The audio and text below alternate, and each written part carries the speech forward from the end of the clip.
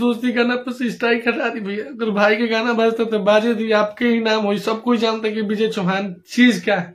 ये सनी है कि सनी के सबसे पहले रहुए कहले रहनी हमारे जिला के म्यूजिशियन टीम से गोलू भैया से कि तोरा जिला के एगो सनी नाम के लड़का बा 6 महीना के अंदर बहुत बेजोड़ बाजे वाला बट आज वे सनिया बाजे लगल तो रउरे परेशान कर लगे।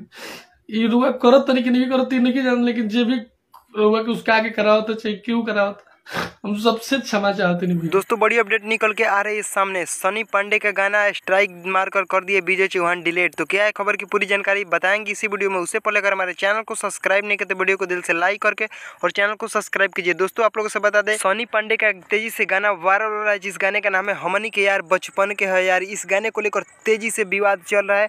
दोस्तों इस गाने पर बहुत ही ज्यादा रील्स बनाया रहा है, इस पर विजय चौहान का बहुत ही जलन महसूस हो रहा है। इसी के कारण विजय चौहान इस गाने को स्ट्राइक दे रहे हैं। इस पर सनी पांडे अचानक से लाइव आते हैं और रोते हुए नजर आ रहे हैं। तो दोस्तों क्या विजय चौहान इस गाने को स्ट्राइक दिए हैं तो सही है या गलत, कमेंट करके जरूर बताइए। और आप लोग को ये गाना सुनकर कैसा लग रहा है कमेंट करके जरूर बताइए और साथ में चैनल को सब्सक्राइब कीजिए। मिलते हैं नेक्स्ट वीडियो में, तब तक के लिए जय हिंद।